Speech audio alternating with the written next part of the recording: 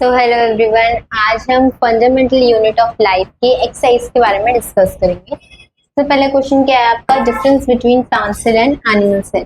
आपको डिफरेंस बताना है प्लांट सेल और एनिमल सेल में।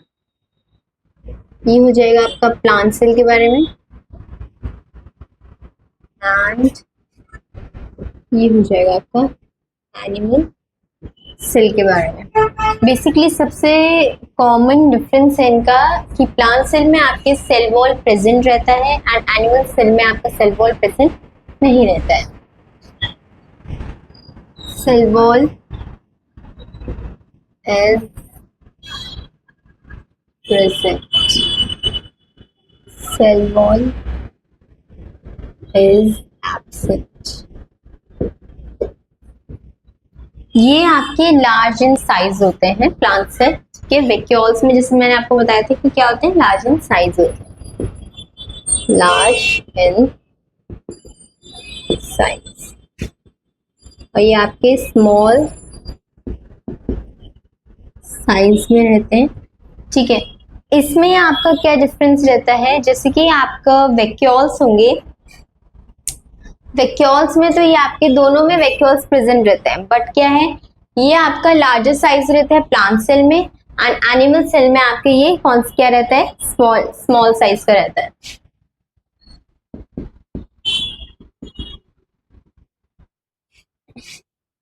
नेक्स्ट जो आपका, इसमें आपके प्लास्टिड्स प्रेजेंट रहते हैं। प्लास्टिड्स is present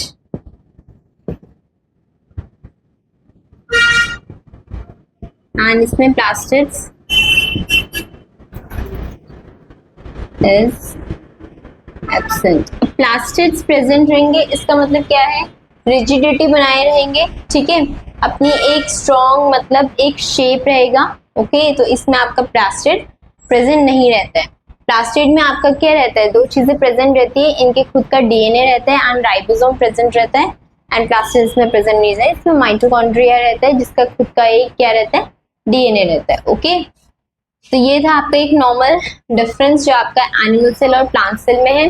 बाकी हम नेक्स्ट क्वेश्चन में बात करते हैं, what would happen if the plasma membrane ruptures और ब्रेक डाउन। अगर आपका प्लाज्मा मेम्ब्रेन ब्रेक डाउन हुआ तो क्या होगा, बेसिकली इसका ये काम होगा कि ये आपका जो भी आप सिलेक्टिव सब्सटेंस मूव करते थे इन और आउट, वो नहीं हो पाएंगे। ओके,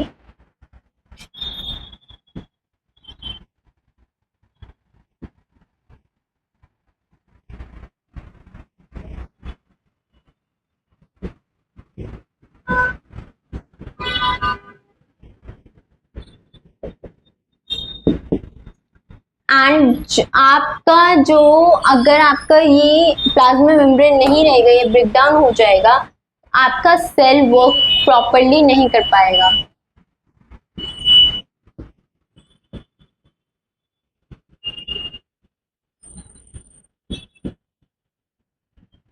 एंड अल्टीमेटली अगर वो सेल वर्क प्रॉपरली नहीं कर रहा है तो इसका मतलब कुछ समय बाद वो उसकी डेथ होना निश्चित है।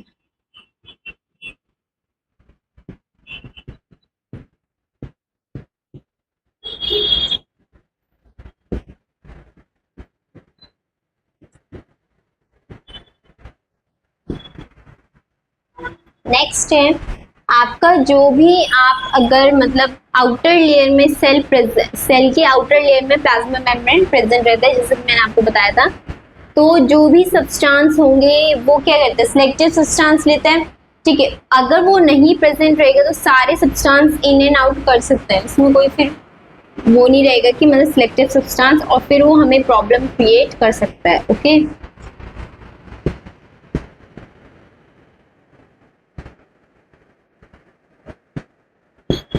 all substance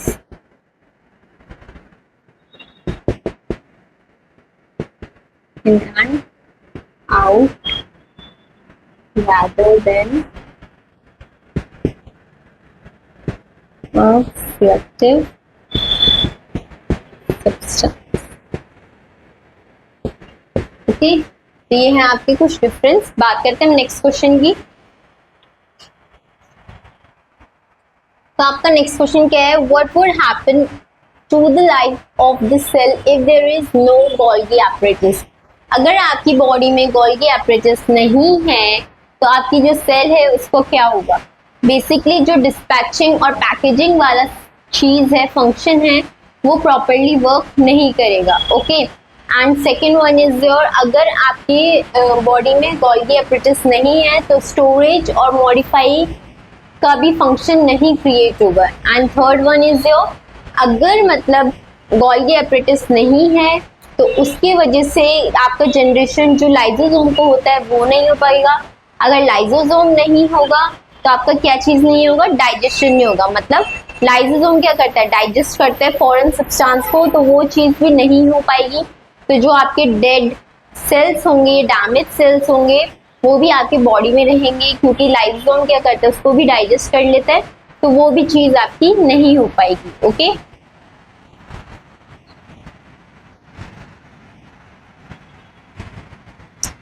सबसे पहले मैंने आपको क्या बताया था, dispatching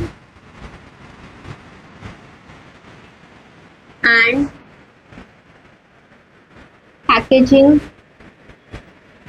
outside of the cell not work properly. Storage and modifying of the cell will not be done. Next है आपका generation of lysosome will not be there, which will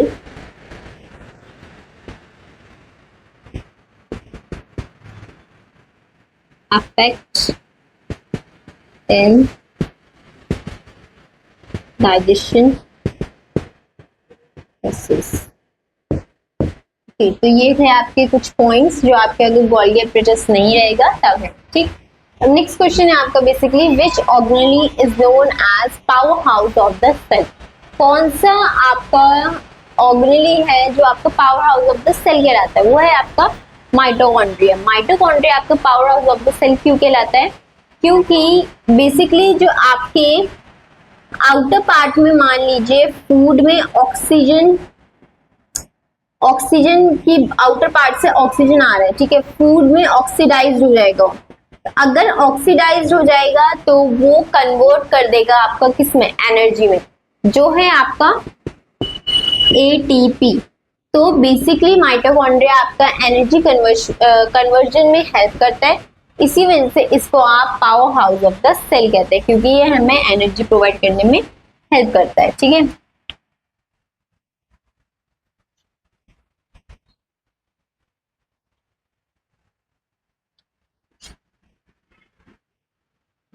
mitochondria is known as powerhouse of the cell, as oxidized food substance get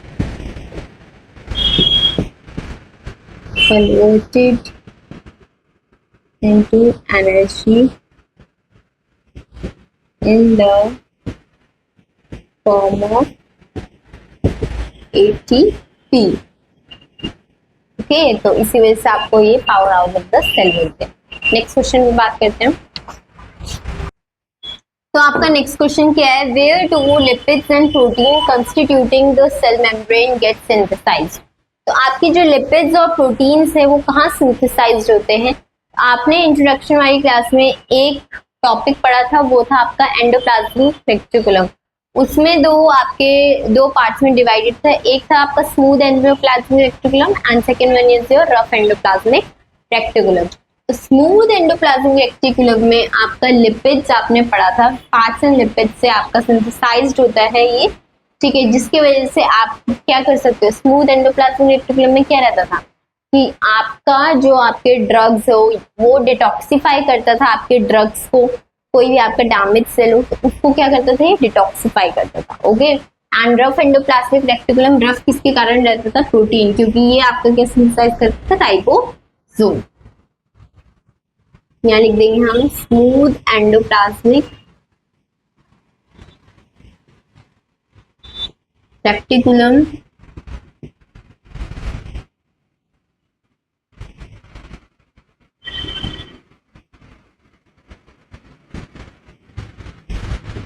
lipids and rough endoplasmic reticulum gets synthesized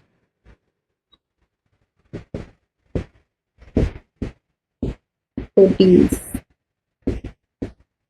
Okay, next question क्या है, how does amoeba obtain its food, amoeba कैसे obtain करता है अपना food, basically ये obtain करता है आपका through endocytosis, cytosis,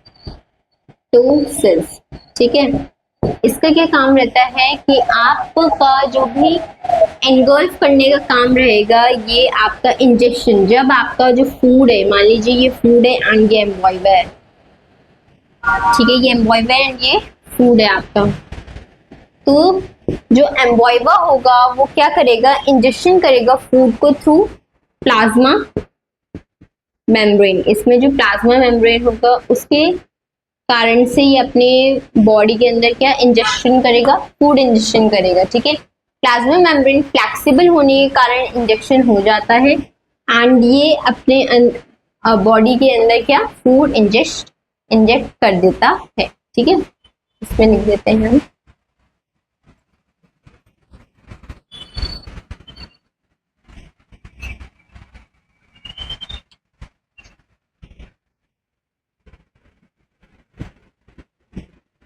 एम्बॉयवर obtains its food from endocytosis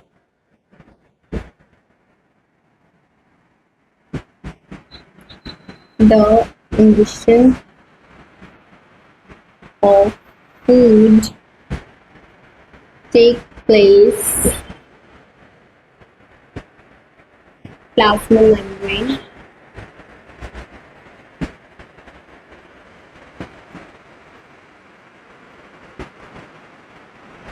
cause of flexible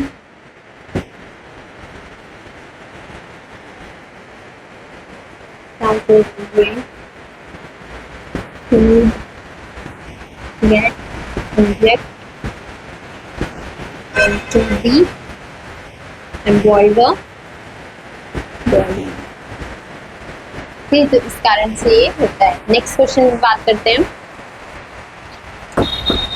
तो आपका जो नेक्स्ट क्वेश्चन है वो क्या है, व्हाट इज ऑस्मोसिस, ऑस्मोसिस क्या है आपका, ये आपके वाटर में होता है to higher concentration to lower concentration by semi permeable membrane, okay. The process in water of higher concentration to lower concentration to semi permeable membrane, ठीक है, इसको बोलते हैं is known as osmosis, ठीक। आपका नेक्स्ट क्वेश्चन क्या है, which type of cell division is required for the growth and repair body and which type is involved in the formation of gametes, तो सेल डिवीजन आपके कितने types के होते हैं, एक तो होता है आपका mitotic and second one is your meiotic. तो मिटोटिक आपका क्या रहता है, जो रिक्वायर्ड करता है सेल की ग्रोथ में एंड रिपेयरिंग करने में, ठीक है।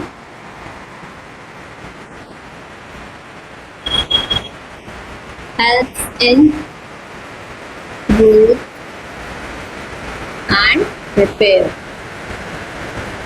Of body. मतलब हमारी बॉडी में अगर कोई भी डैमेज होगा या आपका ग्रोथ हो गया हमारी बॉडी में कोई सी भी पार्ट में, तो मिटोटिक इसमें हेल्प करेगा। मायोटिक आपका फॉर्मेशन करता है गैंग्स में, involves in the formation of gangs. Okay, तो ये आपके दो टाइप के हो गए, मिटोटिक एंड मायोटिक। तो ये आपका चैप्टर यहीं पर एंड होता है, इसके एक टाइप भी एंड हो गई है। इसके नेक्स्ट वाली क्लास में इसके नेक्स्ट चैप्टर के बारे में डिस्कस करेंगे। Till then take care and good bye.